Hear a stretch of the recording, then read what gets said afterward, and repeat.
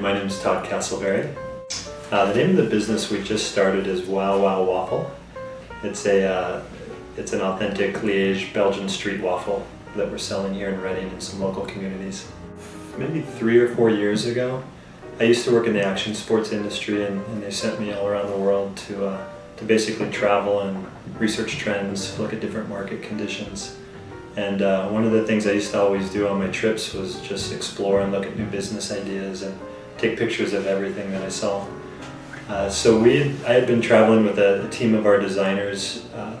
It's actually over the course of several trips, but we were in Barcelona, we were in London, Amsterdam.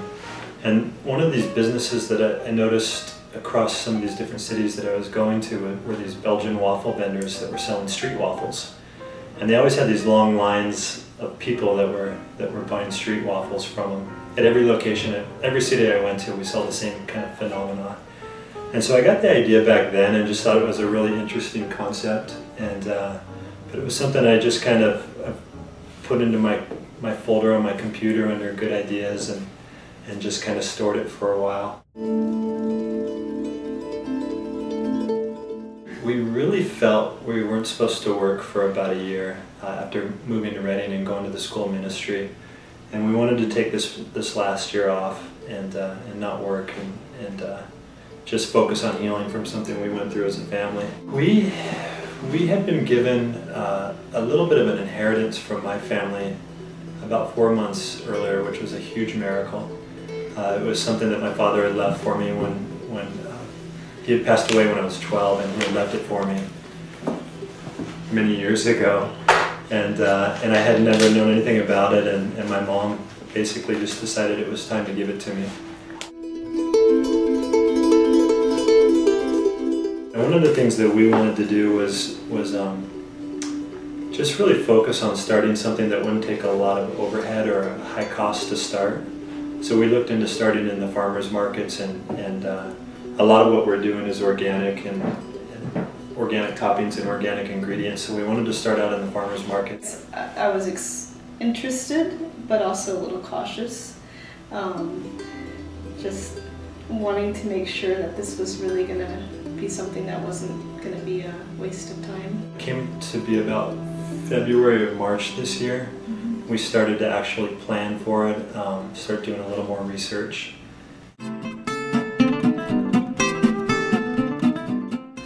We serve Liège Belgian Street Waffles. So it's a little bit different than an American waffle that we're familiar with here.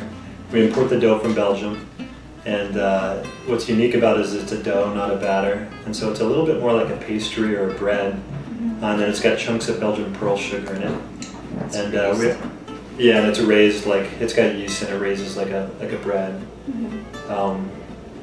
And we import the dough from Liège, from a city in Belgium, which is the city that got its name. And then we also sell some organic teas for iced tea, organic and fair trade green tea, and then we do fresh pressed lemonades. We've got the regular lemonades, strawberry lemonades. And Arnold Palmer's. And Arnold Palmer's, which are a hit. I'm very impressed that just how much grace is on it. It just kind of grew quickly, and it's just really wonderful to see something that just doesn't take so much work and striving, because we've done so many businesses where we put hours and hours and hours and it doesn't really ever take off. So this one just seemed to kind of just take off naturally. It's not that I maybe had a passion for waffles or lemonade, but actually when I looked back through the jobs I've had over the years, I really enjoyed working at Starbucks because I really enjoyed serving people food and just interacting with them, asking them about their kids or their day or their job.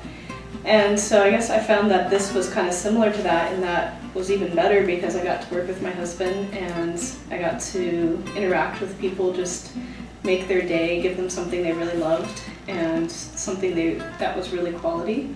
So that for me was the two things that I really enjoyed about this business. That's kind of our heart, is just to provide that opportunity where families can work together, they can make great money doing it and have their own hours, run their own business and kind of create something that will support their lifestyle too.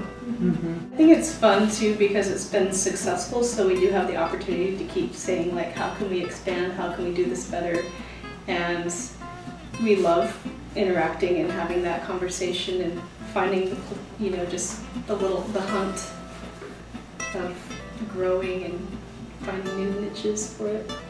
It's a fun adventure because we're in it together. I would always use her as my sounding board. Do you think this is a great idea? And she would say no, and I'd be like, okay, good. I needed somebody to tell me that.